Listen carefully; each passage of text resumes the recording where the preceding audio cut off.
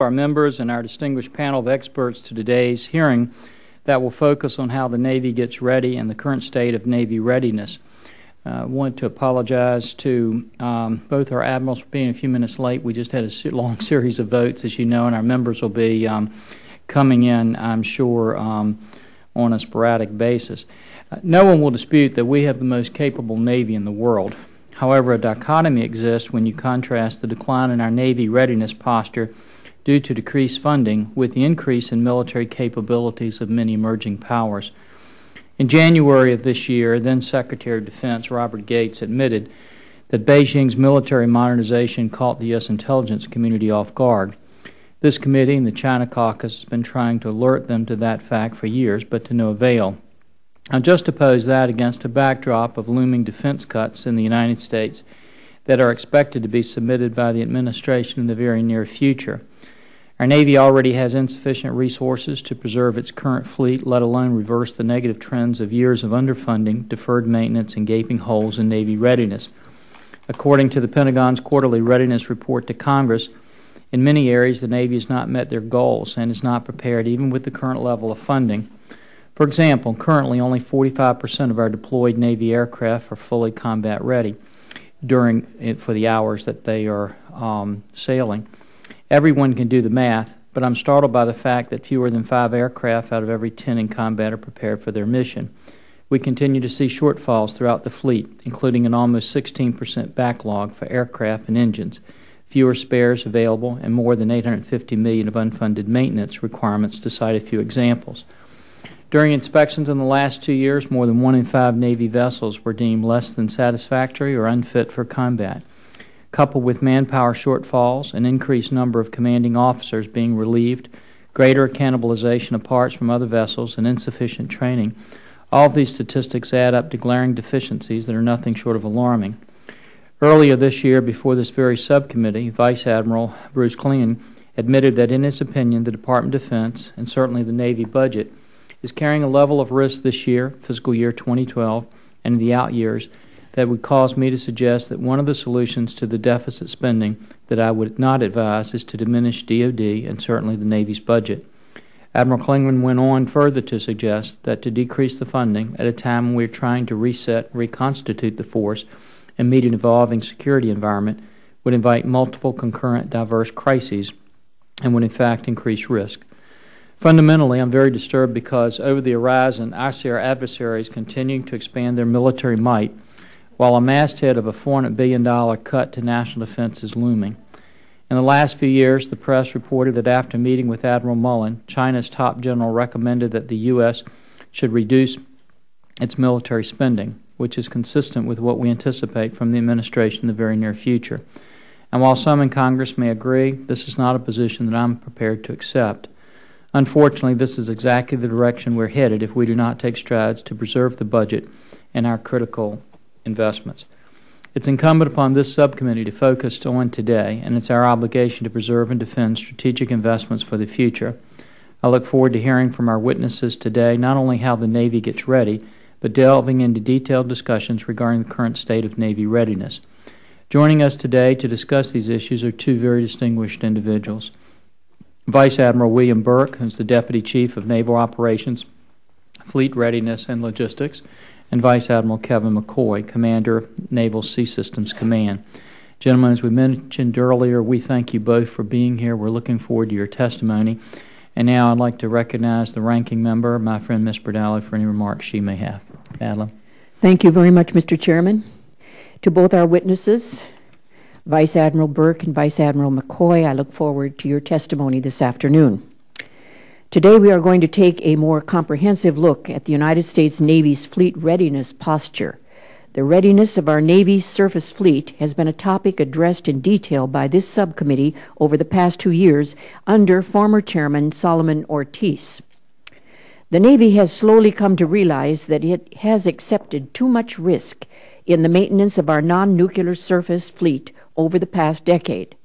These significant risks are due in part to organizational decisions made by the Navy regarding ship manning, ship maintenance capability, and crew training as the Navy responded to institutional pressures to reduce spending.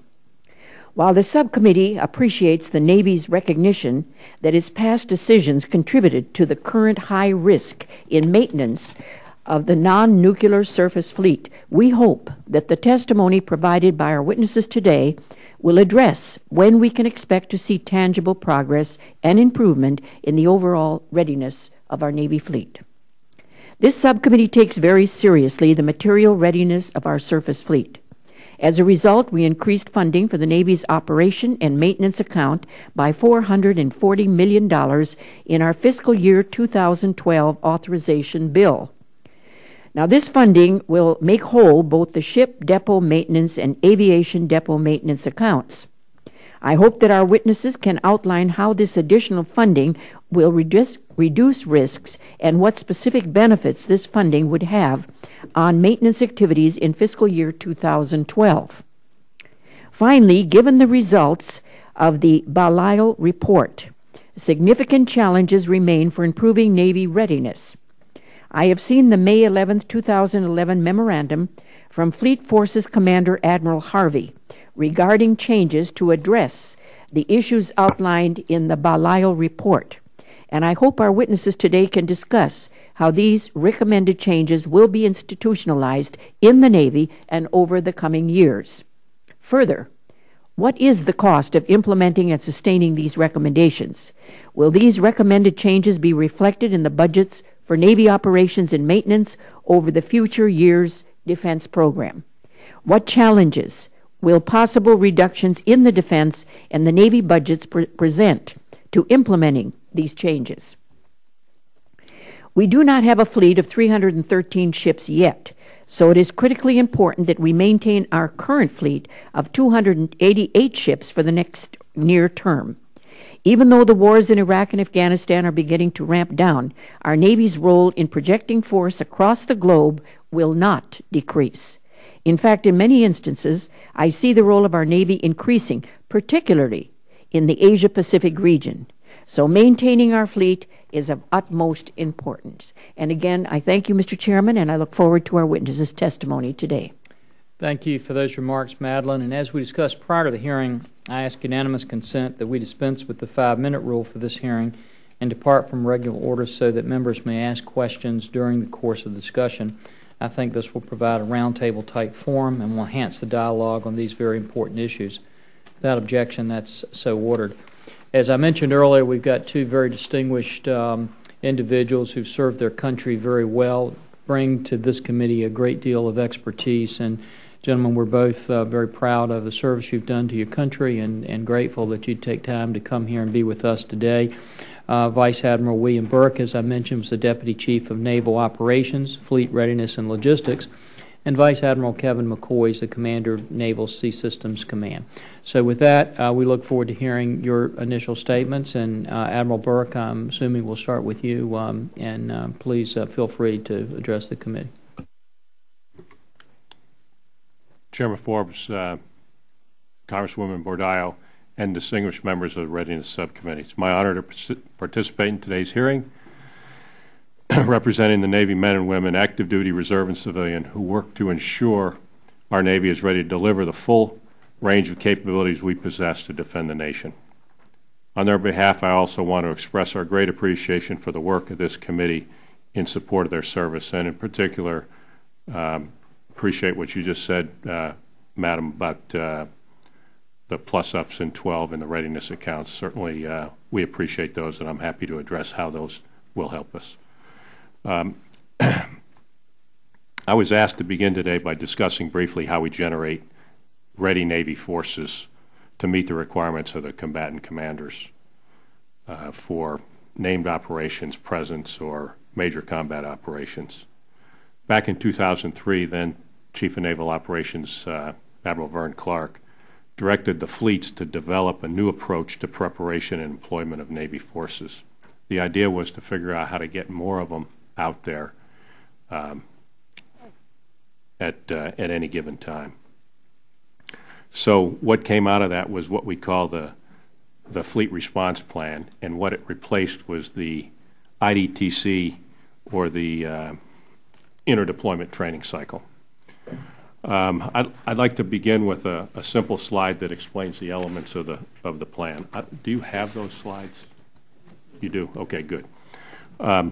So as you look at that first slide, you can see that the Fleet Response Plan consists of 4 phases, each designed to produce or sustain a certain readiness output. On the left starts with basic training, and that provides unit-level training to a single ship or aviation squadron with training focused on being safe and basic warfare skills. At the completion of this phase, a ship or squadron is qualified for certain limited operations, like humanitarian assistance or counter-narcotic. The next phase is the integrated training phase, and that provides additional training for Navy forces to be ready for major combat operations. It's focused on training at the task group level, with units working together to accomplish combat objectives. It culminates with a task force exercise which trains group commanders in command and control. At the completion of the integrated phase, the task force and its associated elements are what we consider a 30-day surge asset, and they're qualified for the full range of maritime operations. Next comes the sustainment phase.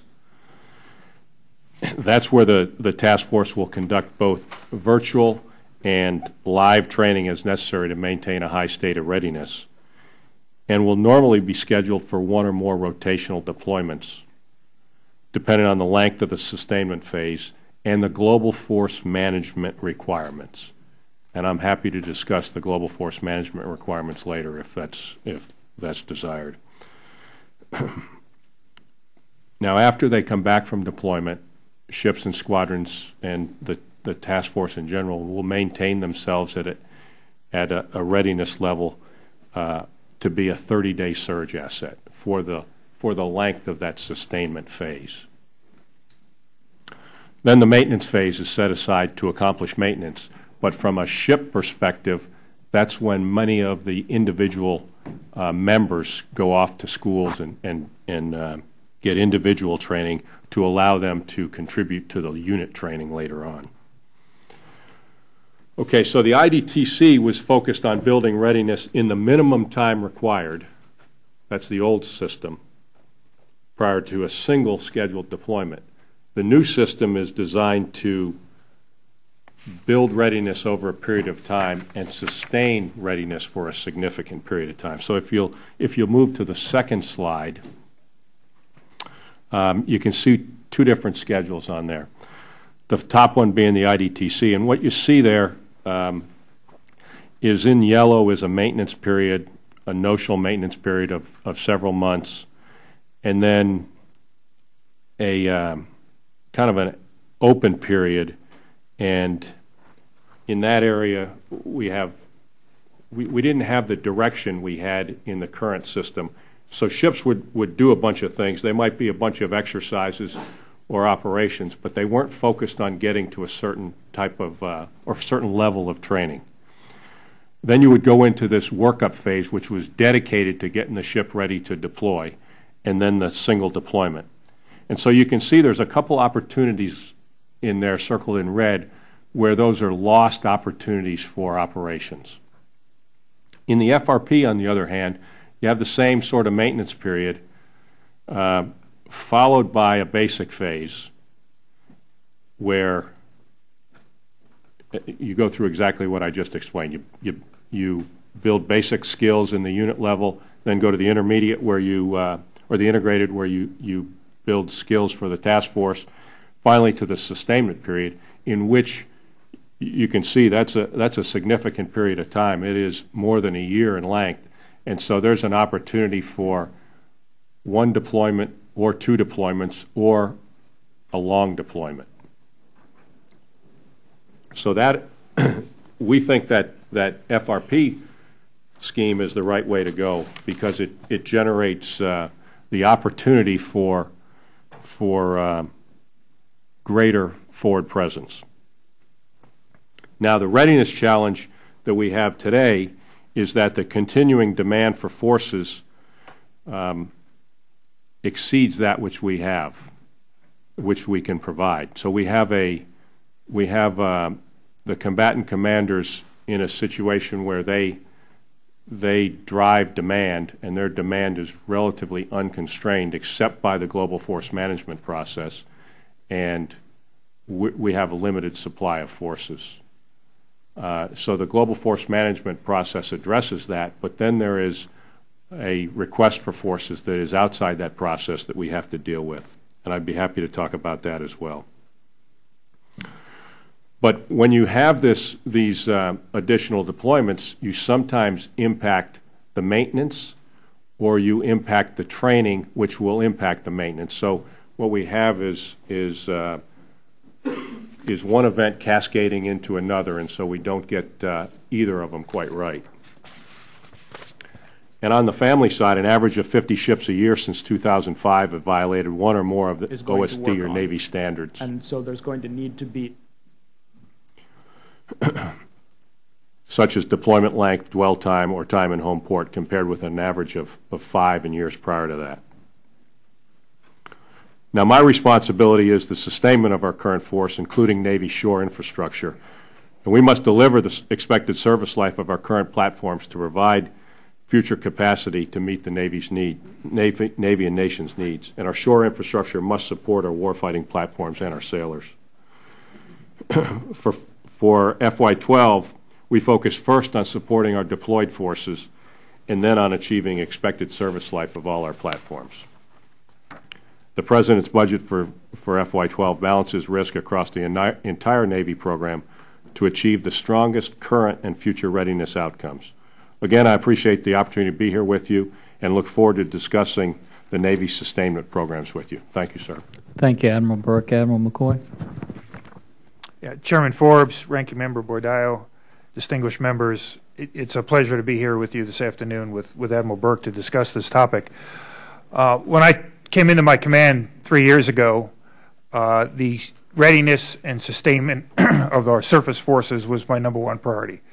I had just come from 3 previous years as the Navy's chief engineer, and I saw what the increased op tempo was doing to our ships, where today, for example, on any given day, 50% of our surface ships are underway. Our ships are reaching midlife in terms of our major combatant ships, and so therefore they're going to get more maintenance intensive, as well as we build a lot of robustness and redundancy into our ships early on, and you can underfund and underdo maintenance early on in the ship's life, and you may not necessarily see it, and then it catches up to you. And then the realization that we simply can't build our way to 313 ships. And in fact, the cheapest way to afford our Navy with the force structure that we need is to maintain the ships that we already have. In fact, over 70% of the 313 ship Navy out in the 2020 timeframe we own today. It's out there, it's underway, it's deployed, it's sitting pierside.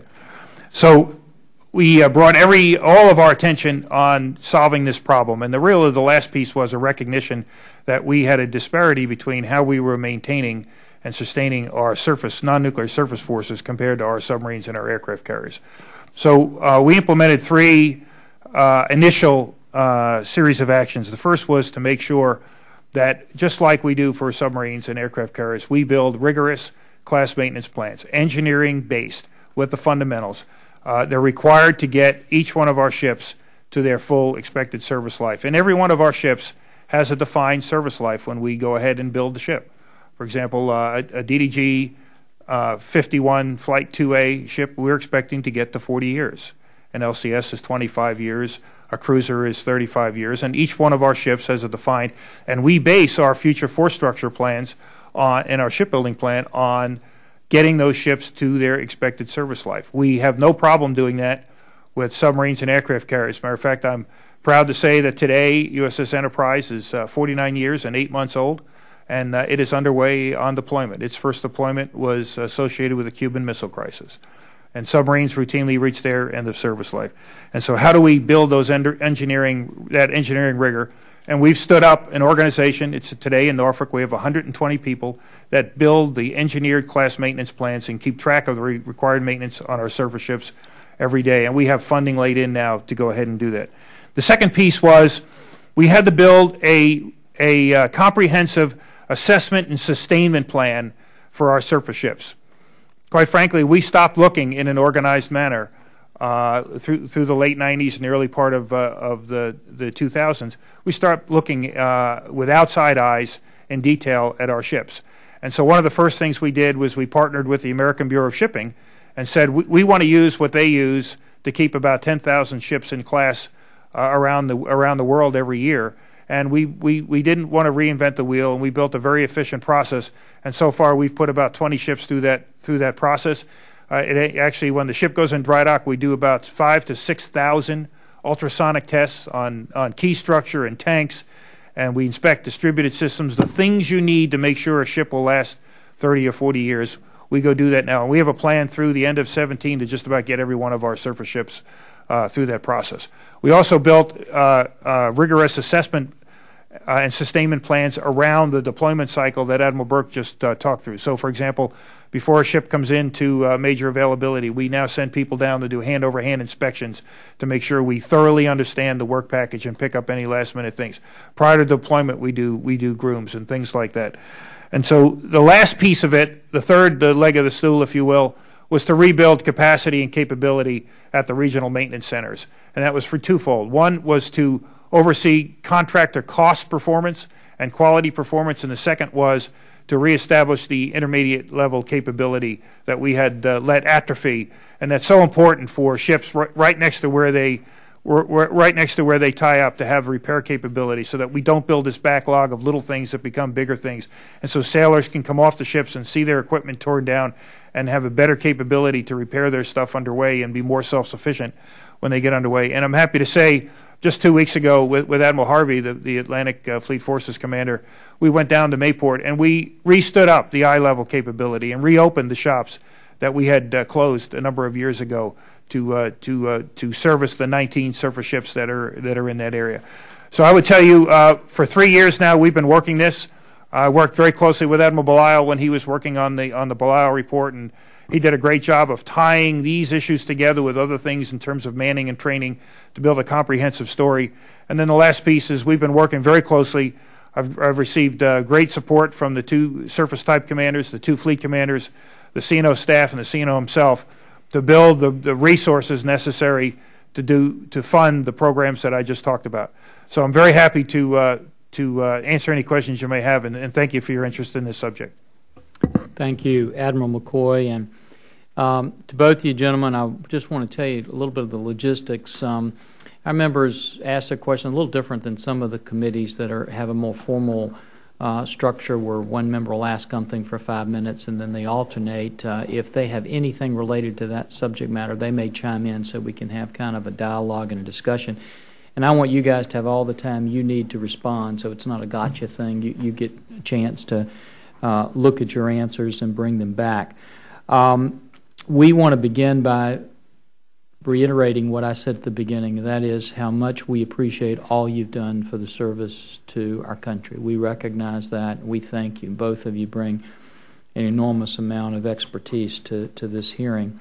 Admiral Burke, as I understand in your role, you're basically in charge of all of the maintenance operations for our carriers, all of our ships, our aircraft, all of our naval facilities. All of it's kind of under your auspices. Is that pretty much accurate?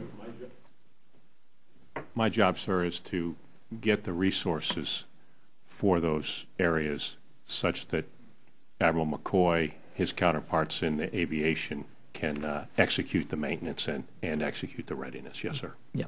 And Admiral McCoy has that with everything other than the carriers, but you have the surface ships and the subs. Is that correct? I'm responsible for all the engineering and maintenance on the aircraft carriers, submarines, and surface ships. I don't have airplanes. My compadre, Vice Admiral Archizell, who's ComNav Air, has the airplanes. One of the concerns that this committee has is that oftentimes we are trying to make sure we're answering one key question, and that is, are we ready? We see where I mentioned my opening statement in January, Secretary of Defense said that Beijing's military modernization caught the U.S. intelligence community off guard. Whether he meant that or not, we can only go by his words. But one of the things that's so frustrating to us is for years, we sat in hearings just like this and said, this is happening, and we saw guys sitting where you're sitting saying, no, it's all under control, and we don't see it happening that much. Today, it's important for us because every time we see somebody come over here with a uniform on, we just assume that they're coming over to give us their best military expertise and the experience that they bring to bear with all the great stuff that they've done. But I need to ask you how you perceive your role as witnesses today, so we begin so our committee understands that. And the reason that I have to ask that question is just a few weeks ago, the chairman of the Joint Chiefs of Staff, Admiral Mullen, was over here. And we were a little surprised because we asked the chairman, we said, we know that your role to the president is being a military advisor and bringing the collective information that you're getting from all of the Joint Chiefs to him. Is that the same role you have when you come testify to Congress? And he quickly said no. And we tried to find out what his role was, and he couldn't tell us. It was kind of like obscenity. You know it when you see it. But what we didn't understand was he could come over here and tell us on Don't Ask, Don't Tell before anybody even asked him the question. He wanted to say what his personal opinion was. But when we asked him about troops in Afghanistan, where he had mentioned that some of the policies we were taking posed a greater risk than he was willing to accept, a risk to our men and women in uniform and our mission, he said he didn't want to answer those questions to give us that expertise. So I guess my first question for you guys today, so the committee knows just in how to phrase our questions. Today, as witnesses, are you coming supporting the president's budget? Are you coming as supporter of the Pentagon's position? Or are you coming with an independent military assessment? And we don't put a right or wrong in that. We just need to know which hat we're wearing when we listen to your testimony. Admiral Burke, maybe you could start off with that, and then Admiral McCoy. Yes, sir. I come as a member of the U.S. Navy to tell you what the president's budget says, and I will give you my personal opinion if I think that's warranted. In some cases, my personal opinion is probably not warranted because I made my personal opinion known in the deliberations, and it was either not accepted or my view wasn't broad enough because I have my area of expertise and there's other people that have a different area, and there's only so much money to go around, and so you end up with kind of a mix. And Admiral, we still like to hear your opinion because we put a great deal of respect on that opinion. And one of the concerns that in our oversight role, we know what our role is. Our role is, first of all, to represent our constituents, but secondly, to do an oversight role in the Navy, and for that we need that kind of expertise and those opinions. Admiral McCoy, any difference on how you view your role? Mr. Chairman, I'm here as a naval officer. I'm also an engineer and probably a lifelong maintainer of ships. I intend to give you a straight story on what we need. I'll also tell you what I think the impacts if we don't get what we need. But I also, as Admiral Burke said, I also understand that in the higher roll-up of the budget, that the priorities may not exactly have come out the way I would have selected it, but I think I can give you an honest assessment of what the shortfall will translate into. And that's what we're asking for, and thank you both for that. Oftentimes, I've found that our services speak a language that sometimes they don't even each other understand, and we speak a language that the American people don't understand. So we try to bring it down to a language that perhaps unifies us all. When we talk about readiness, the average person listening to that doesn't really know what we're talking about because we sometimes talk around them. But as I look at readiness, it seems to be our ability to supply the resources our combatant commanders need to meet their current and future missions. Is that a fair assessment, Admiral Burke, or how would you change that? Sir, I think that is probably a fair assessment. I do think, though, that the combatant commanders live in a different world than we do, in that they are not constrained by resources, and we are. And I don't mean to make that sound like we don't have, but I think we only have so many ships today. They can't be in all the places they're asked for. And I think the services, in particular the Navy in this case, has to be stewards of that resource for the future. So using it up today puts a future combatant commander at risk if we don't husband that resource in the near term. And Admiral Burke, and I don't want to belabor this, but these are important issues for us. That's why I'm taking a few more minutes than I normally would. But when we're looking from this committee at making sure we're ready, that we have the readiness we need as a nation, we've got to not only look at today's missions, but our future missions as well. But our goal for readiness is to make sure those combatant commanders have what they need to be able to fulfill their missions. Now, we may be restrained by budgets and have to say, how do we deal with that? But isn't that the essence of readiness, to make sure that those combatant commanders have what they need to fulfill their missions, whatever those missions might be? Sir, I would agree that in general that is true. I'm simply making the point that there's a combatant commander today and there's a combatant commander tomorrow. If the combatant commander today uses it all up, then it won't be there for the combatant commander tomorrow. So it is. I know it sounds like I'm hedging, but I'm trying to say that there's a future readiness piece of this as well. And I don't disagree. What I have a hard time with is when our combatant commanders are on the field trying to fulfill the missions that we've tasked them to fulfill.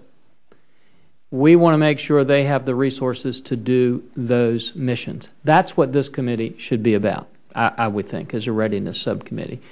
And do you disagree with that?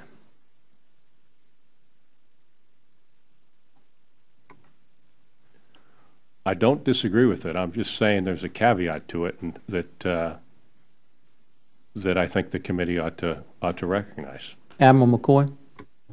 Yeah, I think the piece that I'd probably elaborate on a little further is, for example, if a combatant commander decides he needs the force structure such that we don't do maintenance availabilities for 2 or 3 or 4 or 5 years, there is a cost to that such that that ship is no longer a 35 or a 40-year ship. And that has to be accounted for in the shipbuilding plan and in our ship inventory for future years. That's the piece. And it may be to the point where we technologically, we have to be on a cycle, a maintenance and sustainment cycle that doesn't, with our inventory of ships, that doesn't allow us to provide the readiness at very high levels for sustained periods of time. When are you going to look at our combatant commanders and say you shouldn't have the resources you need to fulfill your mission? I don't understand that. I understand that you may differ with them on what those resources may be, but I just don't understand when we have a combatant commander anywhere in the world that we're going to look at them and say we're not going to give you the resources you need to fulfill your mission. That's different than saying we're going to give you everything you want. But shouldn't we be about saying we're going to give them all the resources they need to fulfill their mission? Or are we saying that we're making budgetary decisions here today and we're making them over the Pentagon that are not giving them the resources they need to fulfill their mission? I guess that's my question, and that's where I'm having a hard time getting a yes or no answer. They should have the resources to do their mission. The process in the Pentagon is such, there's a global force management process that adjudicates the requests from the combatant commanders, and so that is a way of taking the resources and allocating them to the level of what we have. So trying to take what we have, divvy it up in an appropriate fashion. You get X, you get Y, you get Z, etc. But then there's a piece outside the process where there are requests for forces that we try to address, but they come in outside the process, and so in doing some of that, we end up with what Admiral McCoy is talking about with potentially using up our fleet. It's not so obvious with ships, but it's very obvious with aircraft. Aircraft only have a certain amount of life in them. They can only fly so many hours. When you use those up today, you don't have them tomorrow. And Admiral, I don't disagree with that at all. I mean, that's kind of a given. We understand that. What I'm saying is it looks like to me this committee and the full committee should be asking ourselves this question when we're looking at readiness. Do our combatant commanders have the resources they need to fulfill the missions we've tasked them with? If we don't have those resources, we shouldn't be tasking them with the missions. But if we task them with the missions, don't we have an obligation to make sure they have the resources necessary to fulfill those missions? That seems to me to be a pretty straightforward question for us, and we shouldn't be back over here in the Pentagon or over here saying, no, we're just going to give you a portion of what you need to fulfill your mission because we don't want to spend the money to do it.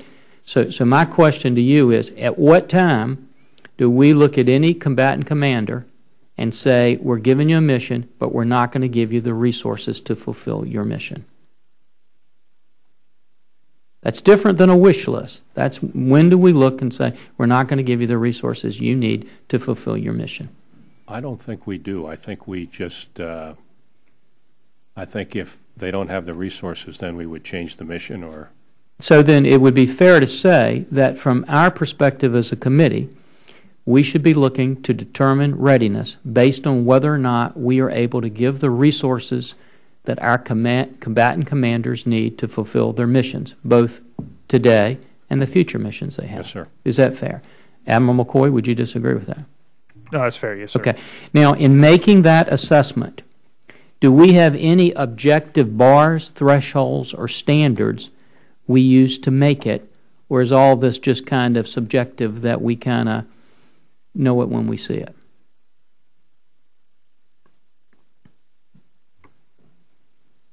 We have it is not, we'll know it when we see it. We have, as I described in my opening, a process by which we generate maintenance or generate readiness. That process has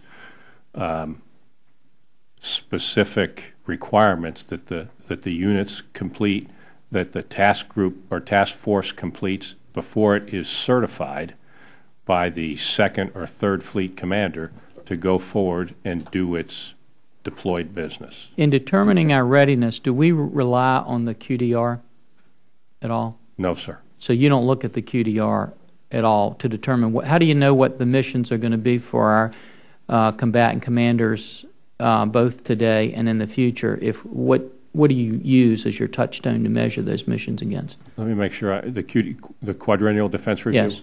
Yes. No, sir. There is, when the COCOM requests forces, he has some idea of what he wants those forces to be able to do, and that allows us to tailor the training package if necessary. But what we endeavor to do is train the deploying force to a wide variety of missions, because what we think is going to happen isn't always what happens. So we want them to be ready for. So what role does the QDR play?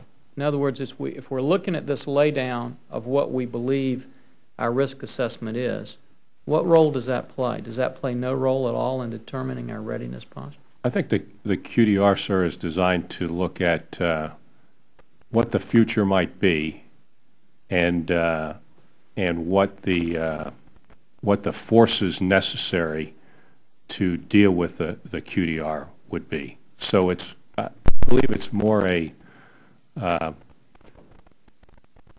force planning document than a force readiness document or a force generating readiness generating. So do you not use the QDR to know the forces that you're going to need to be able to do your planning with? I think we're talking past one another, sir, and I'll try to remedy that. The QDR helps us decide what forces we procure. The COCOM demand signal helps us determine how we prepare those forces to deploy. Okay, I'm going to hold off now, come back, because I've got a series of questions I'd like to follow up with you on that and some of the reports that we have from that. But I'd like to recognize the ranking member now, Ms. Bordallo, for any questions that she has. Thank you very much, Mr. Chairman. My first question is for either of the admirals. I do know the Navy has been operating at a very high operational level for the past 10 years, and in order for the Navy to meet the ongoing intense operational requirements, are we compressing our fleet's deployment schedule too much? Or are we investing sufficient time into preventative maintenance, training our sailors, and building an adequate manning structure to maximize our fleet's readiness in the future?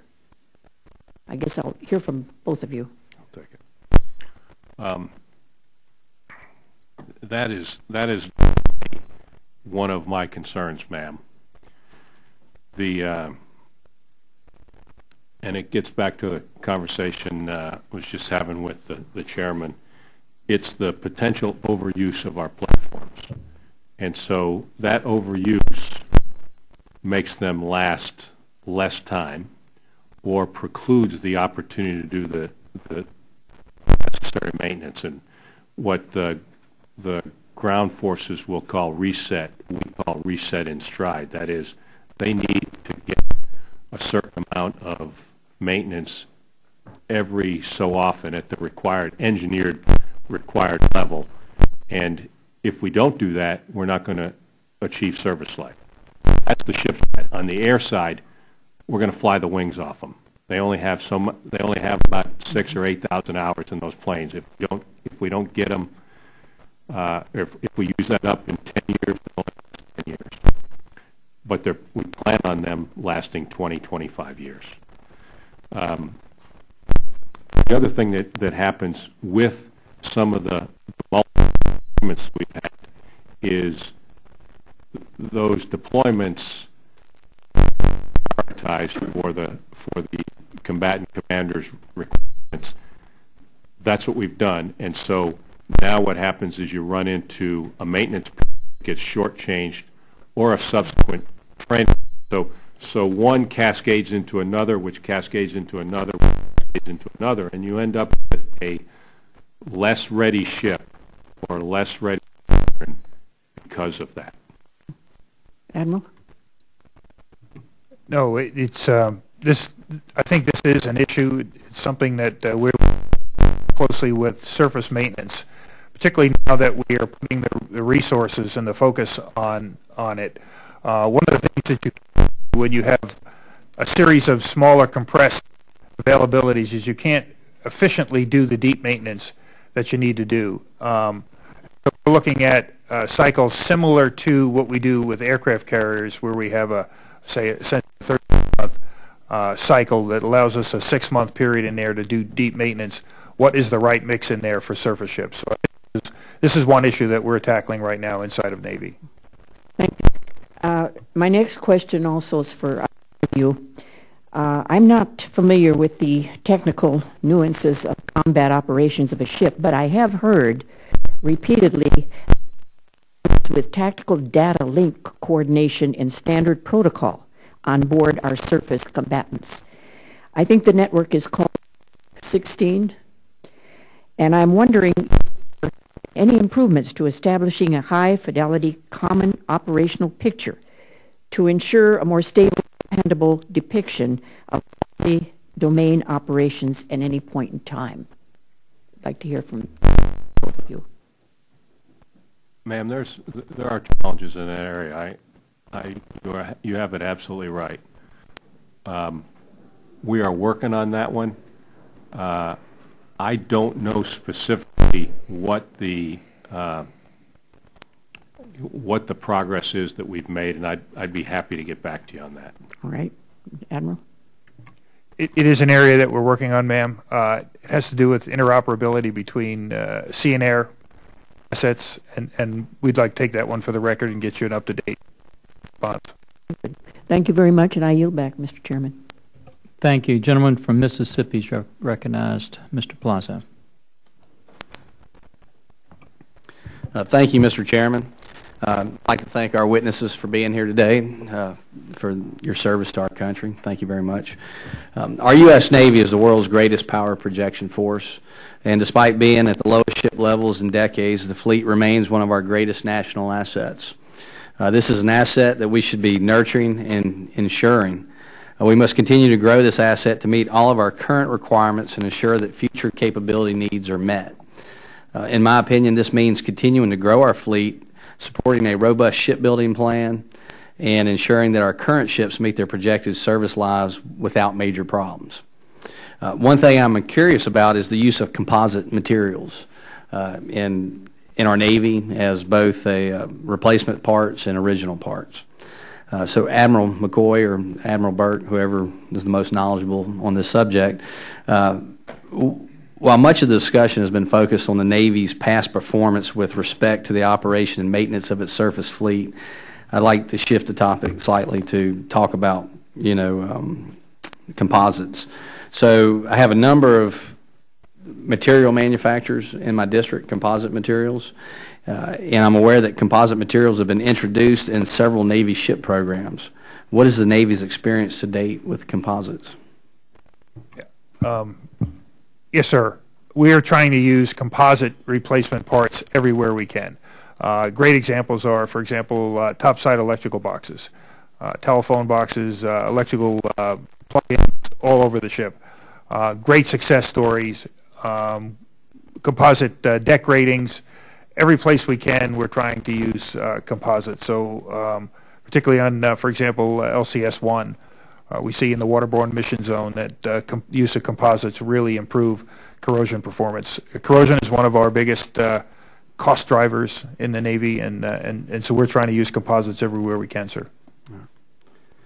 I understand that these composites offer some valuable advantages as far as strength and weight efficiency, and some studies have concluded that composites are able to meet Navy service life requirements on several ship classes.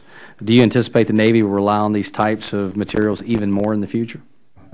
I do. And in fact, we're building a ship right now, the DDG-1000, with an all-composite deck house that we'll get valuable experience on. But at the component level, it's the way to go, particularly for replacement of steel enclosures and things and topside structure. Are you satisfied with the amount of composite materials going into the future ship plans, or could we do more?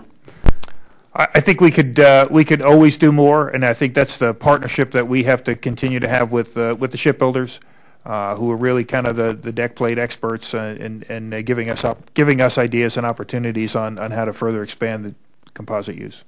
Is there anything I can do, or our colleagues on this committee can do to help the Navy use more composite materials? No,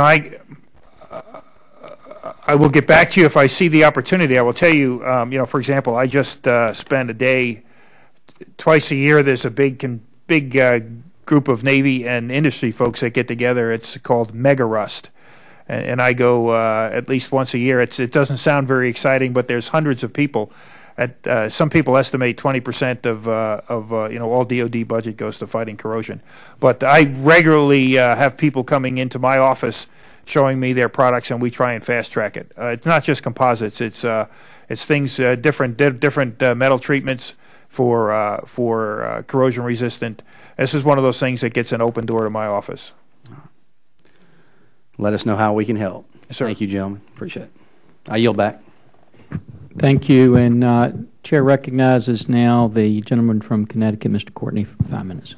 Thank you, Mr. Chairman. Thank you for holding this hearing, and thank you to both witnesses. At the outset, first of all, I just want to state that I've had an opportunity to work over the last 2 years with Admiral McCoy's office dealing with issues regarding repair and maintenance work up at the Groton Shipyard at Electric Boat. And I just want to say I think we are blessed to have your service. And again, I just think your balancing act that you perform constantly is really impressive. And on behalf of the people in southeastern Connecticut. I just want to publicly thank you for your great work. You know, one of the things that I did sort of get a peek at during that whole process of, you know, trying to figure out availabilities that some of the workers could, you know, fit into was when we went through the CR process last spring. You know, when we talk about, you know, readiness and making sure that, you know, the maintenance requirements that your testimony describes is really going to be part of the effort to get to 313 ships. I mean, when there's these sort of uncertainties regarding funding, that obviously has got to be a factor. And I was just wondering if you could talk about that for a little bit in terms of, you know, what was going on last spring when the CR was up in the air and what that meant in terms of availabilities and how that would affect readiness if Congress really doesn't operate in regular order as far as getting budgets passed. Yes. First of all, thank you very much for your kind remarks, Congressman. As you know, I think it's a waste to have any qualified mechanic, particularly a submarine mechanic, not doing his trade, and we've been very successful at using folks at EB to really help our tremendous needs on the Navy side. The CR process was incredibly disruptive. I think luckily we will be able to come out of it with the majority of the availabilities that we wanted to accomplish, most of that maintenance done, but it is incredibly disruptive. For example, Peleliu was supposed to be done in the early spring at NASCO in San Diego, and it's getting done at the end of the year. We were not able to let contracts. We had to defer maintenance, and we had to change ship schedules around. We were not able, for example, we needed help in our public shipyards to do some work, and we were not able to write the contracts to the electric boat workers to have them come down and help us. And so, to the extent we can have a budget on time, boy, you really help us out with the maintenance and sustainment piece and keeping the fleet schedules on track. Go ahead, Admiral. Yep.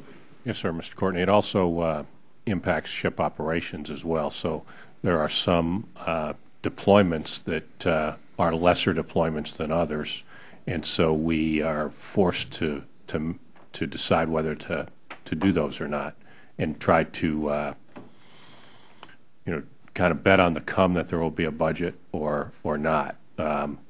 Ship visits, you know, a number of those are canceled to various wonderful ports around the east and west coast that you know, not too many as it turns out, but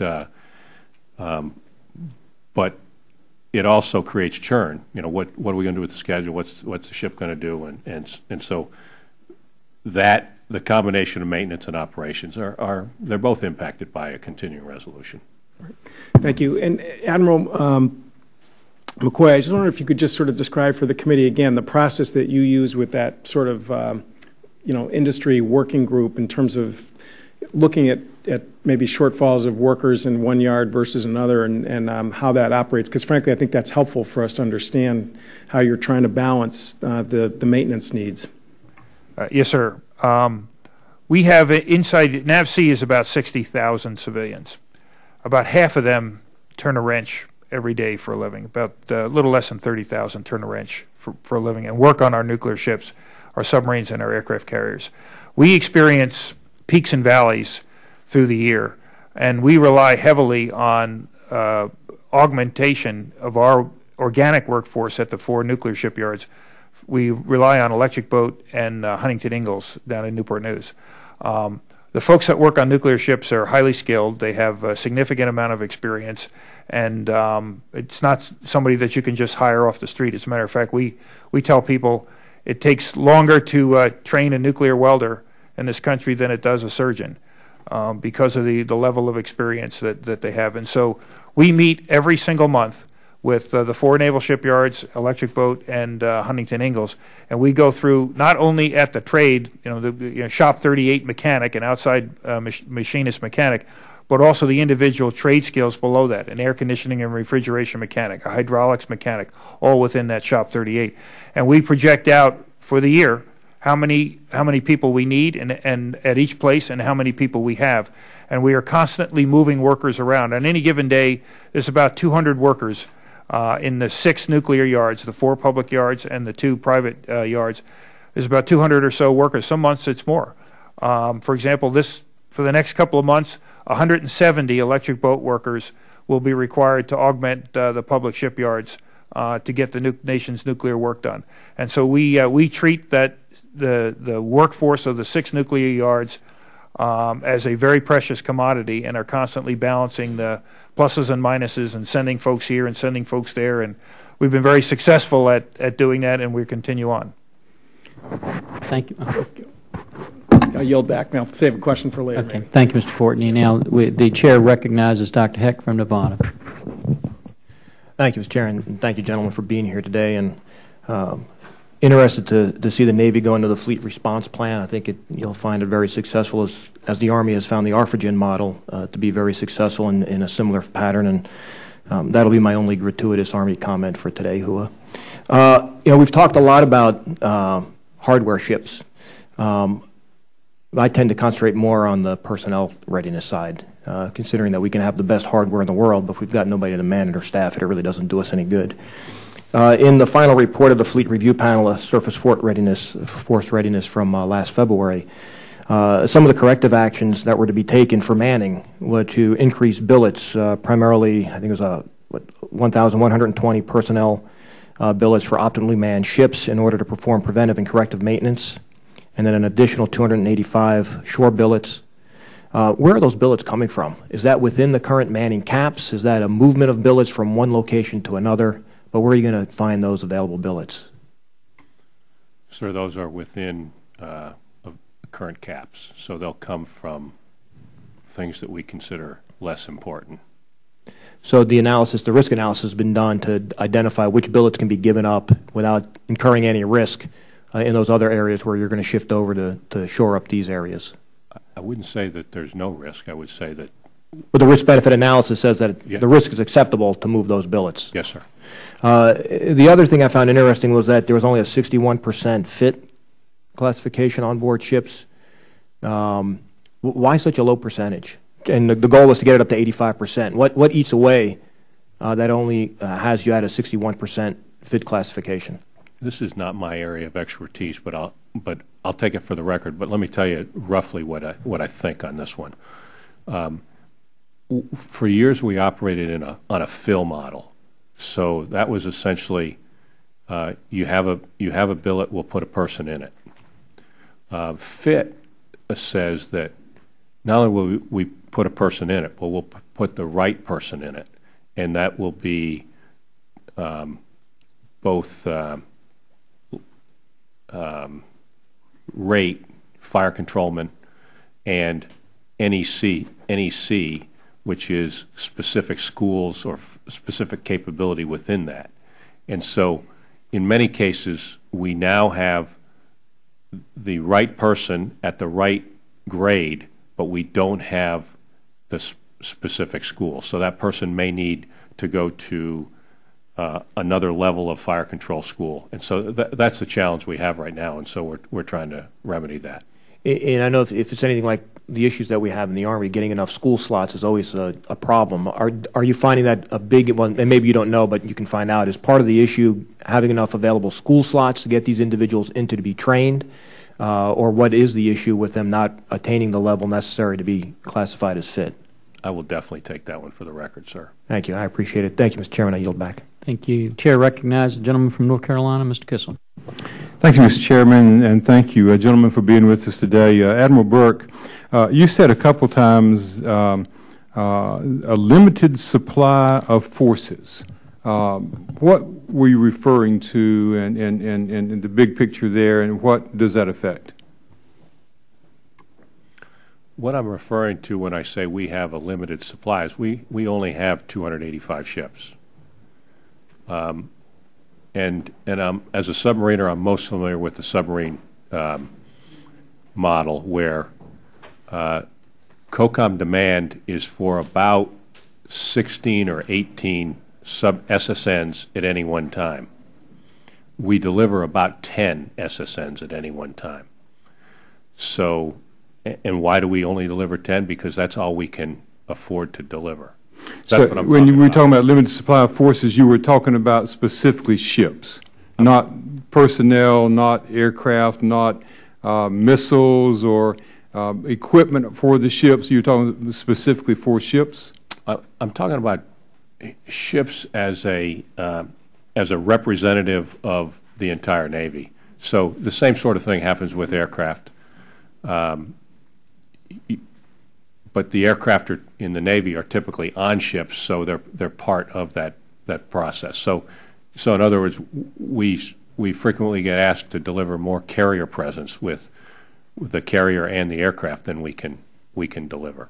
So for every ship that we're short, then you're saying there's just a multiplied shortness there of everything that you could want or imagine or need with that ship. And that's what kind of, I was just curious more about when you say limited supply of forces, just, so that's kind of for every ship, then what comes with that ship we're missing. Yes. Okay.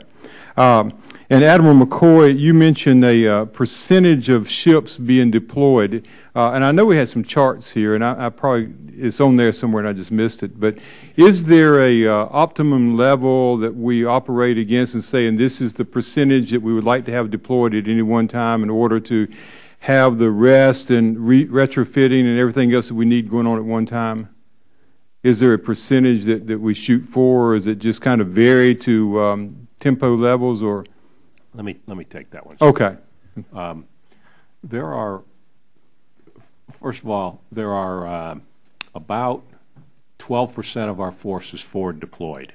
In other words, it is home ported in Sasebo, Yokosuka, Japan, or in Bahrain. So those forces are always forward, if you will. That number has essentially doubled over the last 10 years, effectively doubled given the increase in forces forward and the decrease in overall forces. But 40%, so the 40% includes that.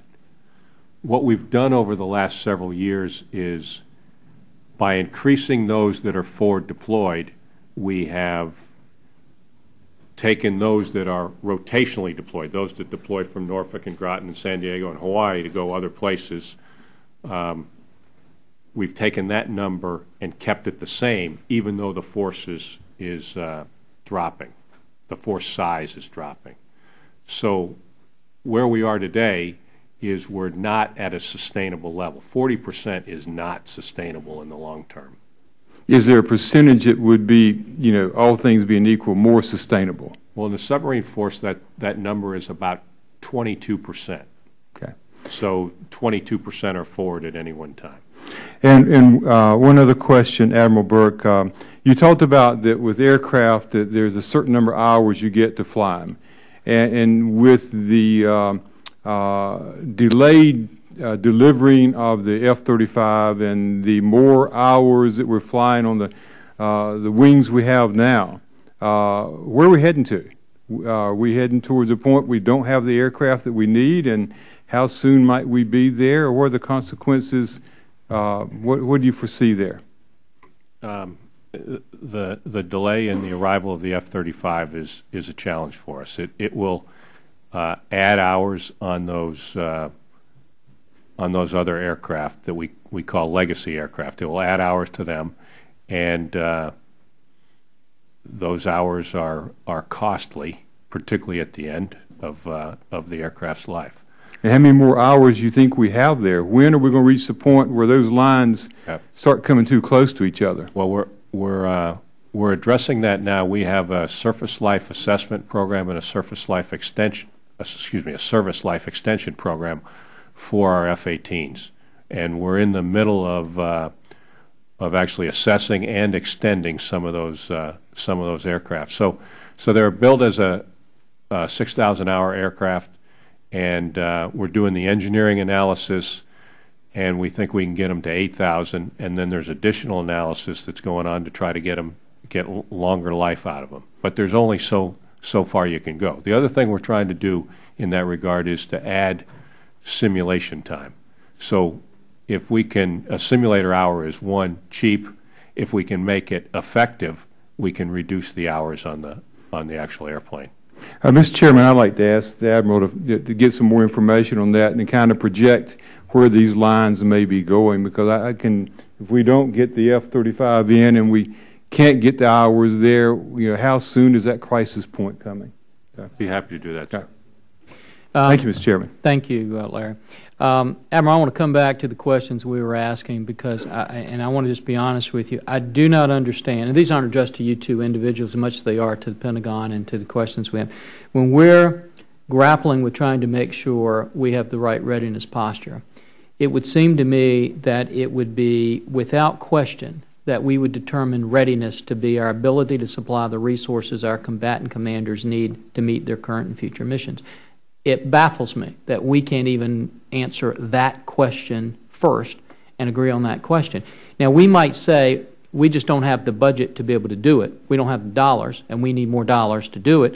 We might even say that our combatant commanders ask for too much. Maybe they don't need all that they are asking for. But to suggest that readiness is not our ability to supply the resources our combatant commanders need to meet their current and future missions baffles me.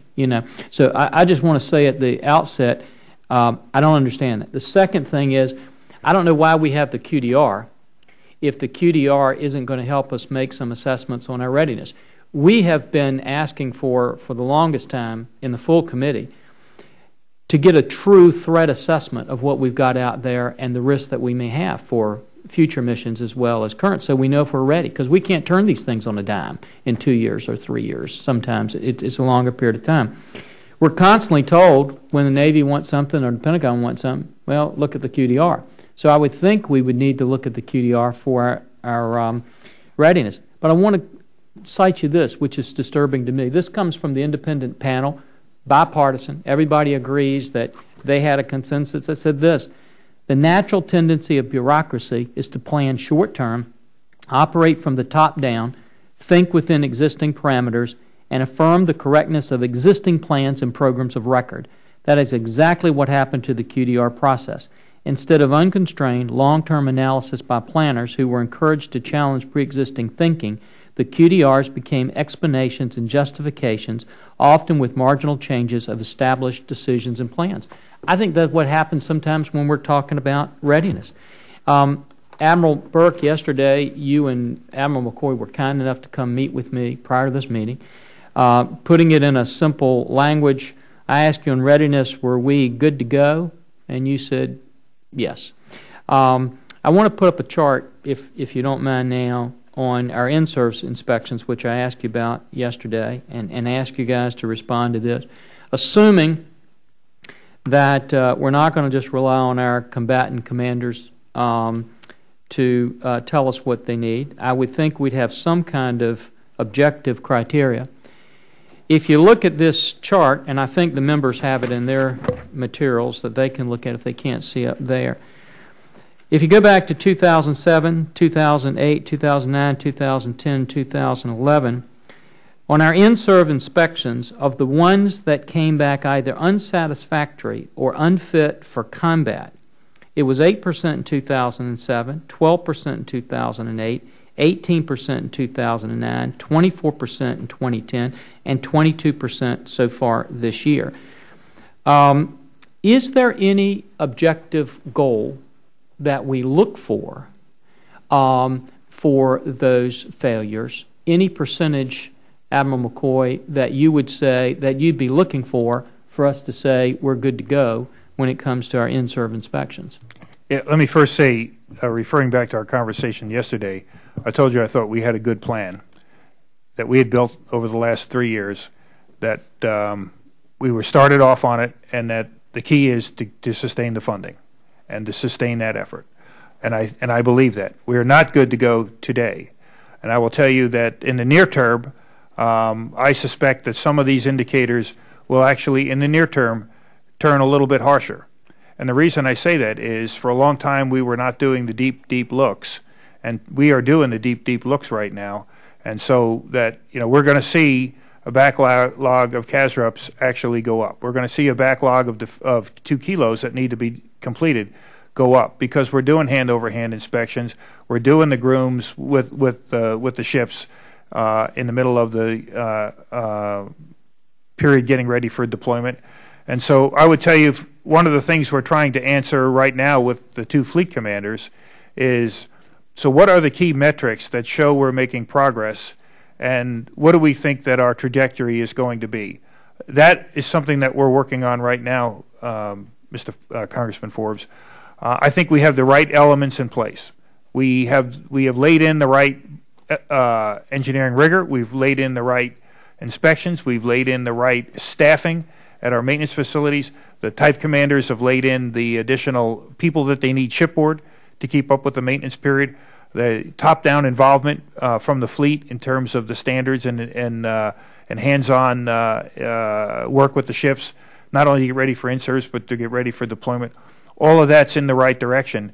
And right now we're trying to figure out exactly what those key measures of success are going to be and how long it's going to take us to get there. But I would tell you it's going to take us another couple of years. And we're going to see some of this kind of data for the next year or two, I think, as we get the deep looks, get the inspections done. I'll give you a great example, and I think it's kind of the poster child for why we need to continue doing what we've laid in place. I was on a ship a couple of weeks ago, USS Chosin, a cruiser out in Hawaii, and the availability started out at about $35 million. It was supposed to finish in July.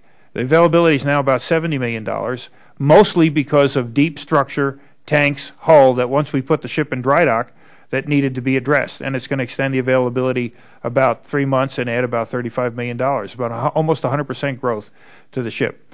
That's the kind of thing that we're going to see for the near term as we do these inspections, but it will ensure that our ships get to their full service life. I'm convinced, because we have put in place for surface ships the same model that we use for submarines and aircraft carriers that we know works. And now I think we have to stay the course. We're not where we want to be. We're on the right path. We're moving in the right direction, but we have to stay the course, sir. And Admiral, I want to repeat what I said earlier. I have the utmost respect for both of you guys. I'm not pointing fingers at either one of you. I also have the utmost respect for your opinions. Here's what concerns us as a committee. We have to look at objective criteria. And when I look at this kind of chart, it worries me that I see this trajectory that I've got up here, and I think you would agree when we look at 24% and 22%, that's concerning. The second thing that worries me is exactly what you said with the Chosin. We look at a situation where we see folks from the Pentagon sitting on the other side of those tables telling us, we've got a plan, we're turning it around. We watched as time after time they've come over here when they have a statutory requirement to audit their financial statements, and they said the exact thing. We have a plan. In fact, the Secretary said that in 2007, had it up on his website that he was going to have them all audited by 2010, got a plan, taken care of, it's a high priority. He missed it by 100%. They didn't audit any of them in 2010, and they said they'd do 100%. Chosin, you're right. We had people telling us it's going to be $35 million. You know, it's coming out $70 million. In Guam, when they came in and sat right where you are and told us it's going to cost $10 billion, the last reports we got, it's going to be $18 billion, you know, not $10 billion. And so we're sitting here saying, how do we have confidence in the fidelity of these models if we don't see objective criteria turning them? Now, I'd like to put up another chart. Well, actually, I think it's on the bottom of that. Look at the maintenance that we have a shortfall on. Admiral Burke, this is one I'd like to ask you on. I raised it last night, and for the members, it's at the bottom of the chart, I think, that you just had. We had this year in the President's budget $367 million shortfall in our ship maintenance. Admiral Burke, I'm coming back to what you told me at the beginning of today's hearing, that if we don't do the maintenance, we're going to have shorter life cycles, and we're going to have greater cost down the road. Ultimately, this is something that came over. Your office had to look at it. How do we justify having a $367 million shortfall for ship maintenance if I'm looking at in-serves that are continually growing in terms of failures, and I'm looking at your statement that we're going to have shorter life cycles and greater cost?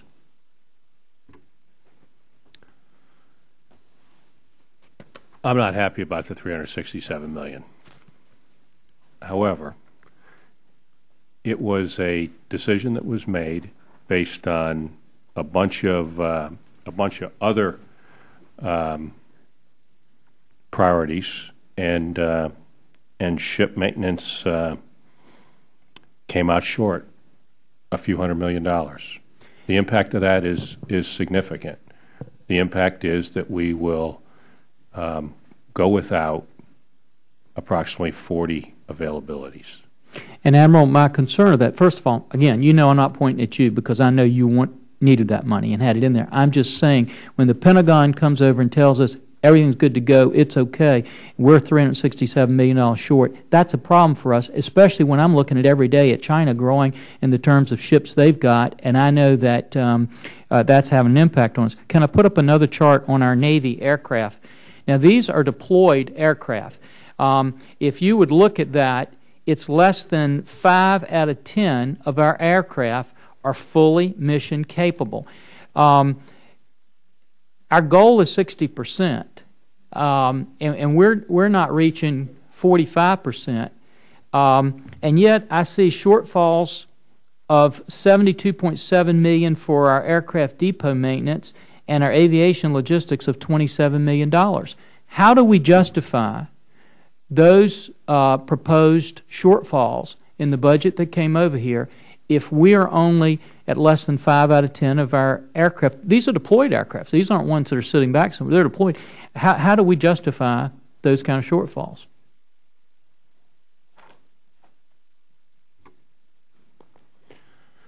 There's not a good justification for those shortfalls. I will say that they're within the realm of what we've been doing for years, but it is a problem. We're short on spares, and that's part of the issue here is having the parts that are available to fix these aircraft. So it'd be fair to say we're not good to go on those. We're meeting the COCOM demand, sir. Now, wait a minute. Be careful. You're telling me, are we meeting the demands of our combatant commanders? We're meeting the missions of the combatant commanders. We're not missing missions today, sir. All right. But I will say that Admiral, I want to ask you this: have you read this quarterly readiness report from our combatant commanders?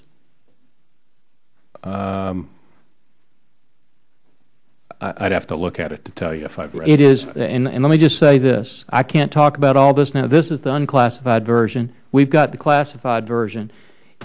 I want you just to look at that classified version. I'm tempted to go into a classified setting, but I encourage our members to look at and then come back and let me ask you that question about whether or not you want to say that our combatant commanders feel they're ready to meet those missions. But let's look at these objective facts, which is not classified.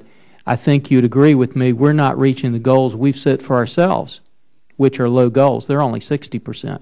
But we're just at 45%. So that's a concern, isn't it? It's definitely a concern. Okay. Now, the next thing I'd like to put up is on our naval facilities. I think we have a chart. We don't have a chart on that, but let me just say this. I come back to what you said, which I agree with you. If we don't do our maintenance, we have shorter life cycles and greater cost. This year, the budget that came over from the Pentagon required that we only do 20% of the required maintenance on all of our facilities. All the facilities, I'm sorry, 80%, that we didn't do 20% of it. We only did 80%. We had a shortfall of $349 million. How do we justify that kind of shortfall and not doing the maintenance on those facilities? The model that we use for that is a resourcing model that doesn't necessarily relate directly to the way in which we do the maintenance. But I will agree with you that in the long term, if we don't pay for the maintenance today, we will pay more for the maintenance in the future. Well, let's come back. You don't disagree that we have a $349 million shortfall on the facility maintenance, do you?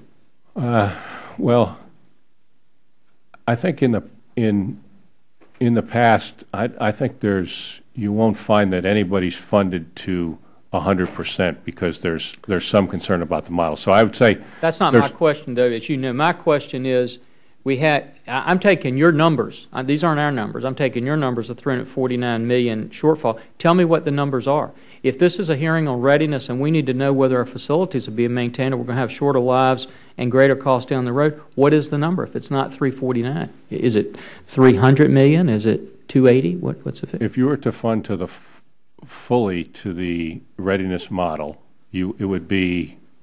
I'm sure the number you're using is right. It's roughly 350 million. And it's about 175 million delta between 80 and 90%. Yes, sir. Yeah, that's all I have to say. And the reason I ask this is not to push on you, but these are the numbers we put in our bill because we want to be good to go. We don't want to be coming in and telling our combatant commanders they don't have the resources they need to meet those missions. Now, just a couple of other questions. Last week, we had a bill, not DOD authorization, but a DOD appropriations bill, cut $8.9 billion out of the defense budget that the President submitted. What impact is that going to have on readiness? Sir, I'm sure it will have some impact, but I don't know what the I've not seen that. So when you get a chance, would you just look at that and give us those figures? I'm concerned when we start cutting almost $9 billion because I'm assuming you guys had already cut to the bone before you got here, and then to cut a $9 billion just concerns me. And I'd just like to hear it from you as to the impact it's going to have on you. If it's not going to have an impact, my question would be, why didn't we cut the $9 billion out before the budget came to us? If it's going to have an impact, we need to know what that impact is, and we'd love to hear you guys just submit that to us for the record. The other thing I think you need to be looking at, and we'd love to have some insight on, we're just talking about a $9 billion cut. We've got shortfalls right now that we've just pointed out. And I'm looking over the horizon at all these reports of $400 billion to $1 trillion of cuts coming down. I'm really worried about what that does to our readiness posture, and I know you guys have to be concerned about that a little bit. The last two questions I have for you are these.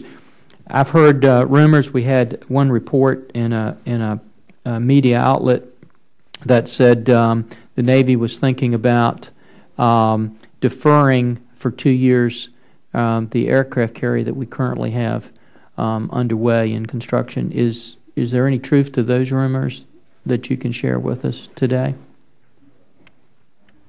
I'd have to take that one for the record and let ASN RDA respond formally on that, sir. Okay. Would you mind getting us a response on that? And also, we heard that they were talking about taking the future carrier off the shipbuilding plan altogether. And Admiral, if you could just get us a response on that to the extent that you can do it. Final thing I want to just close my part with, and then I think Mr. Courtney had an additional. Oh, I'm sorry, Madeline has a question. As I mentioned earlier, also we had a Chinese general recommending that to the administration that we cut military spending in the United States.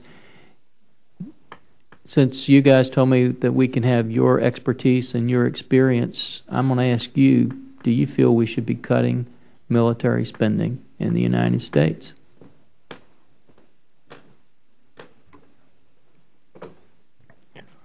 I would prefer not to cut military spending in the United States. I would even more prefer not to cut spending on the Navy in the United States. And will it impact readiness if we do that, Admiral? So, sir, the answer to this question and the answer to a previous question about cutting $9 billion or $8.9 billion, whatever the number was, out of the budget is I don't know whether it will impact readiness per se. It will certainly impact capability and capacity. I look at readiness as what it takes to get the right platforms out the door with the right training and the right equipment. I suspect we will continue to do the best we can there. The question is, if you cut too much, you may not have as many platforms. And Admiral, I just want to finish my part up with saying I thank you for all the balancing act you did, just like Mr. Courtney has said. But our job is not to do just the balancing act. Our job is to say if those combatant commanders have a mission that we have tasked them to do, we want to make sure they have the resources so that they will not fail in that mission. And that's what our committee is just trying to do, and we're trying to make sure they have those resources. Ms. Berdallo, I recognize you for whatever time you like. Thank you. Thank you very much, Mr. Chairman. These are a few miscellaneous questions for the admirals. Admiral Burke, it is my understanding that the DoD rates for fuel increased on June 1st from $126 a barrel to $165 a barrel. Can you please explain the total cost and the impact to the ship operations and flying hour program accounts? And if the fuel rates remain high in fiscal year 2012, how will you pay for that deficit? Ma'am, you're absolutely right. It's roughly $39 a barrel. In the last 4 months of 2011, if that price holds, it will cost us an additional $140 million in the ship operating account and an additional $204 million in the flying hour account, for a total of $344 million through the rest of the fiscal year. The likely source of payment for that will be supplemental funding. Supplemental, okay. The next one I have is the Fleet Review Panel had much to say about the inadequacy of the Aegis ship spy radar readiness. Since this radar is the backbone of the Navy's air and missile defense capability, what steps has the Navy taken to address this deficiency? Yes, ma'am. About 2 years ago, we undertook a comprehensive look at the spy radar. That look was finished about a year ago this summer. Following on that, we took an even more comprehensive look, not only at the radar, but the entire Aegis weapon system, to include what we call wholeness: manning, training, shore infrastructure, spare parts, fit and fill, the adequacy of the coding standards, interoperability, all of those. We've implemented in the near term, starting in fiscal year 11, the results of the spy task force, to include plussed up manning, increased spares, grooms on ships, plus some coding software fixes. In addition, we've just come through with the two fleet commanders and the resource sponsors and the Chief of Naval Operations a comprehensive plan for total Aegis wholeness to include those key elements. We are using some end-of-year funding this year to start that, and we will plan on continuing that through FY12 and through the fit-up. So we have looked at it from a holistic standpoint. We were not happy with where we were, and we've got a comprehensive plan in place to address those issues. And the funding has been requested? The funding has been requested, yes, ma'am. Another question is, given the issues with the current computer-based training raised by GAO, the Naval Inspector General and the Belial report, how has the Navy improved off-ship training for Navy personnel to ensure that sailors arrive at the ship with the necessary skills? Ma'am, we probably went a little too far on computer-based training a few years ago. We have since shifted the pendulum back some, so we have a mix of computer-based training and as well as instructor-based training, and we have a very good instructor-to-student ratio in that instructor-based training. And we see benefits in both kinds of training, because there are some people that learn better one way than the other, and there are some things that are better taught one way than the other. But the key point is it's much better to take apart a valve and put it back together in something where you actually put your hands on it, a physical valve or physical work on something. So we've like I said, we shifted too far. We've come back, and we think we've got the mix about right now. But we've heard from the sailors and heard from the Congress on this one, and we've moved. Good. My last question, Mr. Chairman, is based on the findings of the Belial report. The Navy plans to take a number of actions in many interrelated areas such as training, maintenance, command and control, manning, etc. What's not clear, however, is who will be responsible for making sure that the actions are coordinated and implemented to avoid the problems of the past where the Navy wasn't looking at things holistically to see whether the changes it was making were compatible and did not have unintended consequences. The Navy will need to take accountability clear and have some kind of integration mechanism across the areas, whether it be one senior level official who is the focal point supported by an interdisciplinary group or another approach. So how does the Navy intend to proceed from here in taking corrective actions, including establishing leadership and organizational accountability? Last July, I think it was, in front of this committee, Admiral McCoy and I were here with, in between us was Admiral Harvey. And Admiral Harvey was and is the commander at Fleet Forces down in Norfolk. Admiral Harvey said he was the responsible person to do exactly what you talked about. Now, he can't do that without Admiral McCoy and Admiral Archizell and me doing our jobs to support him. So in military parlance, we see him as the supported commander, and we are the supporting commanders. And as long as we do our jobs to give him the resources to do it, he will deliver. So he is the focal point. Yes, ma'am. And if I could chime in, I'm on a regular every 60 to 90 day drumbeat with Admiral Harvey. I also report to Admiral Walsh, the Pacific Fleet Commander. I'm responsible to deliver the engineering and maintenance associated with the actions in the Belial report. I can also tell you that the two surface type commanders are also held accountable by the fleet, Admiral Harvey and Admiral Walsh, for their pieces of manning, training, and standards and things like that were in the Belial report. So we are on a regular drumbeat, and so I think that is that's often moving and being well cared for. Thank you very much, and I thank you both for service to our country. I yield back. Thank you, Madam. Mr. Courtney is recognized for a question. Thank you.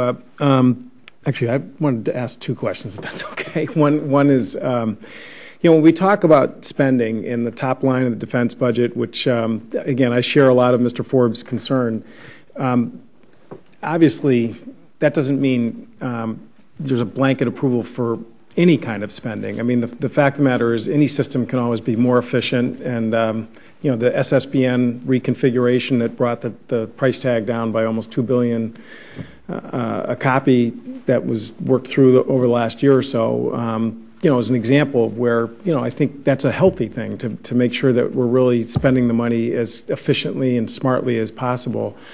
Another question that came up over the last year was the JSF alternate engine, never-ending perpetual debate in this building. But one of the arguments that Secretary Gates and Admiral Roughead talked about was the impact, not just on production costs, which was about $3 billion in additional spending for the alternate engine, but also the repair and maintenance impact of having two separate engine systems, particularly in places like aircraft carriers, where, you're really creating what Admiral Roughead argued pretty passionately was a pretty inefficient arrangement that was going to cost money. So I guess, again, I share many of Mr. Forbes' concerns, but on the other hand, I think that, let me ask you, do you agree that it still behooves us to look at spending issues, thinking through, again, the way these sort of play out over the life cycle in terms of impact of cost down the road, because we don't want to waste money under almost any scenario over the next few years or so.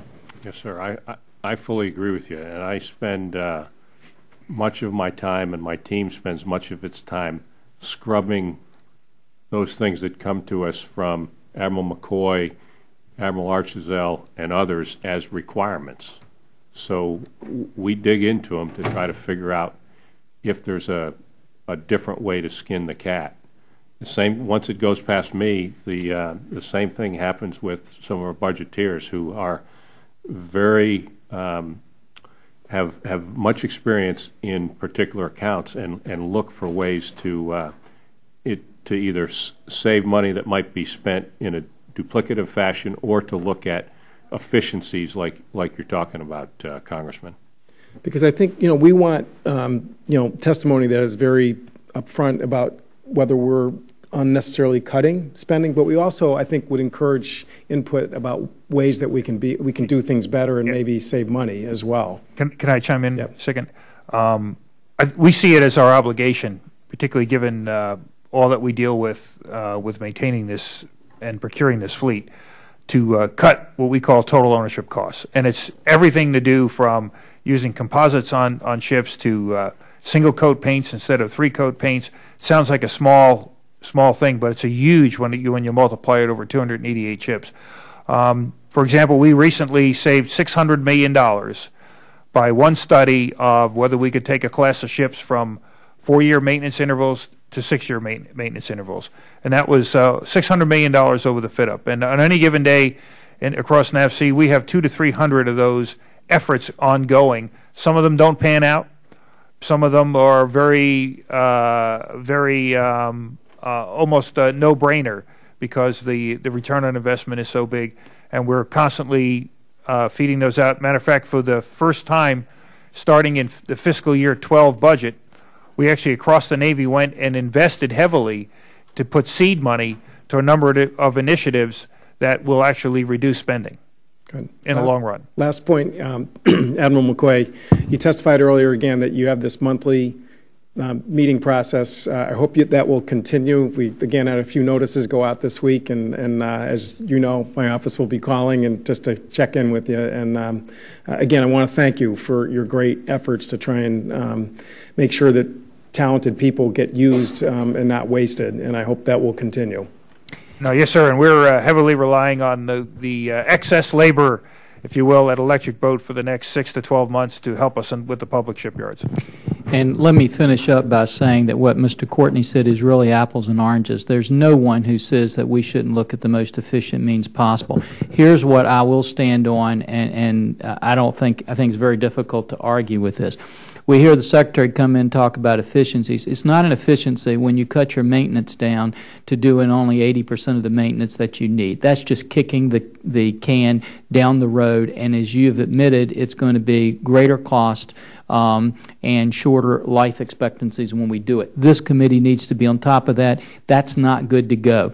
It's not cutting cost when we say that we're going to cut the cost on our aircraft maintenance, and we see that we have the problems that we have with only 45% of our naval aircraft in a mission capable, ready to fly. That's not a cost efficiency. It's not a cost efficiency when we look at our cannibalization rates, which have been above the maximum accepted level for the 4th consecutive quarter. That means we're taking parts off of one ship to put on another ship so we can meet the inspections. The other thing that I'm really concerned about, and I don't think it's a cost efficiency, I want to put this last chart up so we can get it in the record and let you comment on this. But our casualty reports, which indicate if it's a C3 or C4, indicates a primary mission degradation with mission essential systems or equipment have failed. We've had, on the average, 40% of the time that our ships have been deployed, they've had at least one major equipment or systems failure. That's not a cost-cutting measure. And I know yesterday when we were talking, you said, well, that's not necessarily a failure for that particular mission that they're doing, but that would be like saying I'm going down the road and the windshield wipers on my car aren't working, but it's not raining right now. The reason we put that equipment on is so they're ready for those missions when they come up.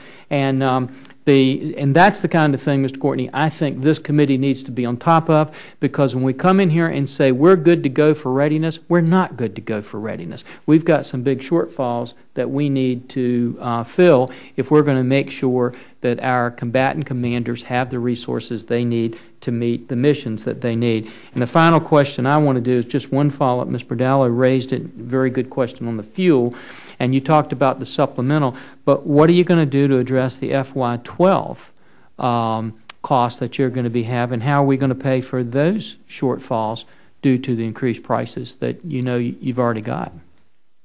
I'm sorry, Larry. Okay.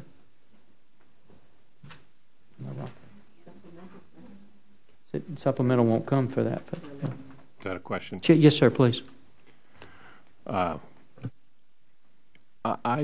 don't know yet how we will pay for it. I suspect we will, because much of that fuel use will be in the CENTCOM area supporting operations in Afghanistan and in the Gulf, that we will pay for that with OCO funding. Mr. Kissel, one final question, then we're done. Thank you, Mr. Chairman. Just a couple of follow-ups. And the information we talked about on our aircraft and kind of like the convergence, where does the eventual demise of the legacy aircraft and the lack of the F-35, where are we going with that? But especially in terms of safety for our airmen, and how far are we going to be pushing that envelope in terms of safety? I'd like to have consideration for that. And the last thought is, when you look at these readiness numbers and recognizing that we are operating in what I would call a harsh environment, but we're not operating in a hostile environment. And I hope we don't. I hope we don't have active warfare involving our ships other than what we are doing in terms of launching attacks.